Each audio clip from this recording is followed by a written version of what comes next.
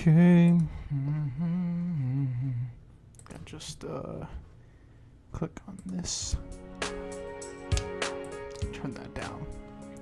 Hey guys, my name's Comico Industries, and welcome to Cooking with Comico, episode 3. This episode is going to be different from the other ones in that this one will be a little bit more serious. Well, as serious as I can get.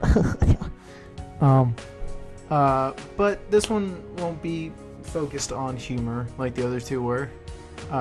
This one will be a discussion about a certain topic, and we'll hopefully teach you guys something, or, help make you guys think about something that you didn't normally think about. I don't know.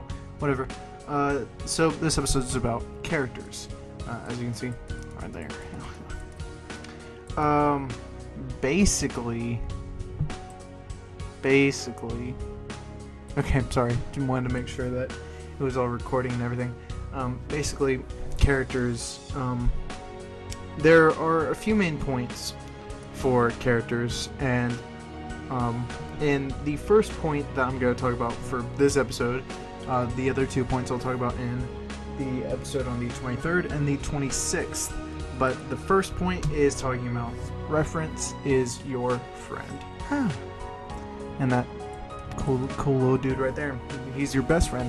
I'm going to talk about not necessarily making your own character, but drawing a character that already exists, but using references to help make said character.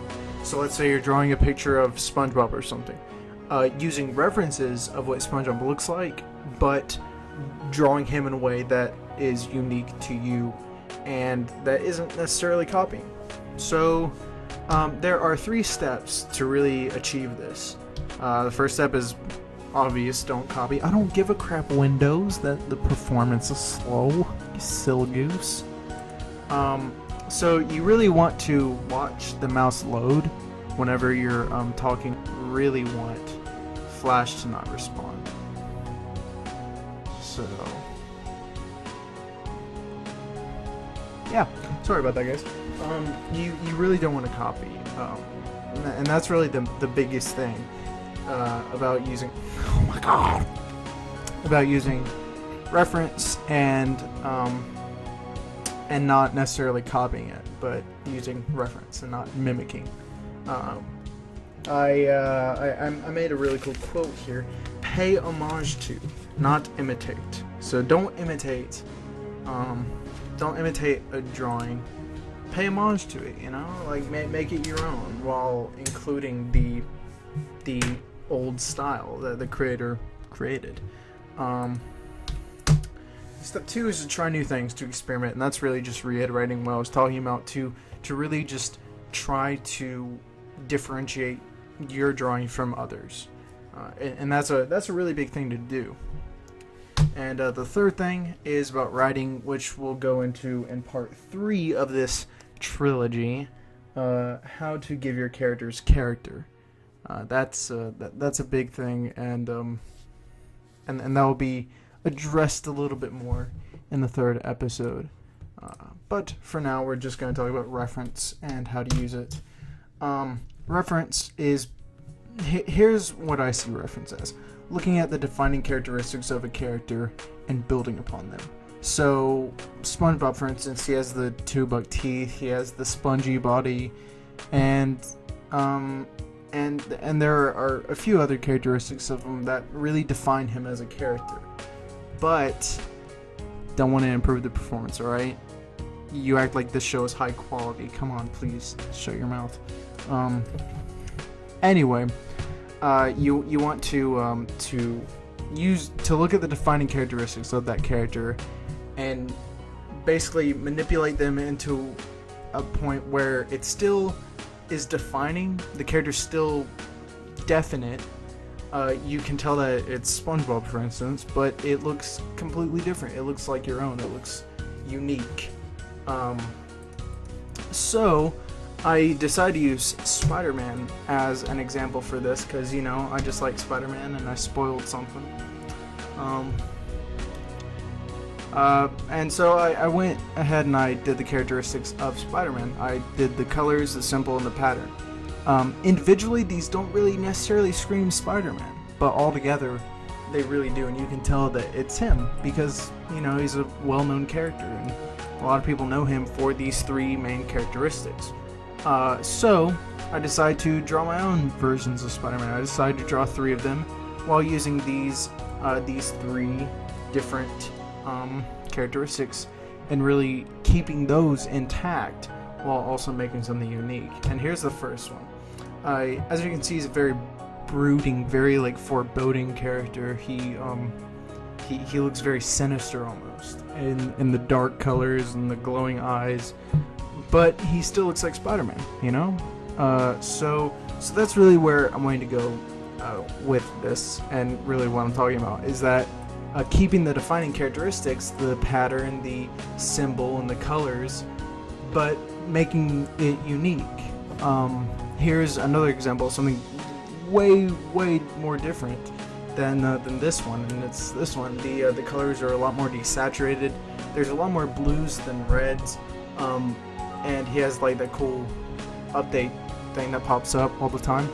He has that cool messenger bag, but you know it looks like Spider-Man. You can tell that it's Spider-Man because of the symbol, the colors, and the pattern. The kind of a pattern. Really, what I mean by pattern is where the blue is and where the red is in relation to each other.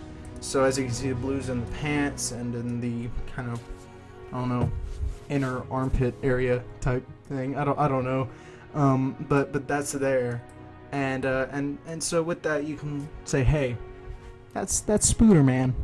So yeah, you can tell. And the last one, which is my favorite one, is Robot Spider-Man. I mean, come on, he's just so cool, and he just screams Spider-Man because he has that very bright, very bright red and bright blue, but he looks completely different. You know, he has the symbol, he has the pattern, and he has the colors, and all that is there. But you can basically do whatever you want with it afterwards. I can make him have 8 limbs. I can make him an actual spider.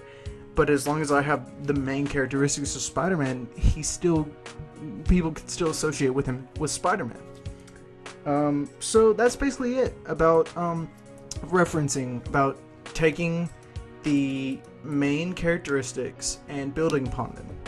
So I want to kind of tease the second part of this trilogy, which is how to make your own characters, and I want to kind of show that with one of the characters that I've made, Rex. I put some of his defining characteristics right here: the hairstyle, the scars, and the expression. How he has that kind of flicked up hairstyle, how he has a scar in his eye and on his mouth, and his expression is very negative. He has a very negative expression. And so I wanted to kind of see, you know, the different changes with his look, and how to keep him looking like himself, how to keep the character intact. If I grow out his hair and give him facial hair, he still looks like Rex because he has those 3 defining characteristics to him. But if I do something like this, there we go, my hotkeys are finally working. He doesn't really look like Rex as much. I mean, you can still kind of tell, but there's something off about it. And the main thing that's off is the hairstyle. The hairstyle is kind of off because not only does it flick upwards, it also flicks kind of all over the place, and it's kind of weird. So if it all flicked upwards, then it would look more like him.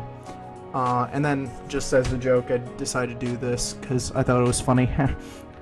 Give him Smiley's haircut.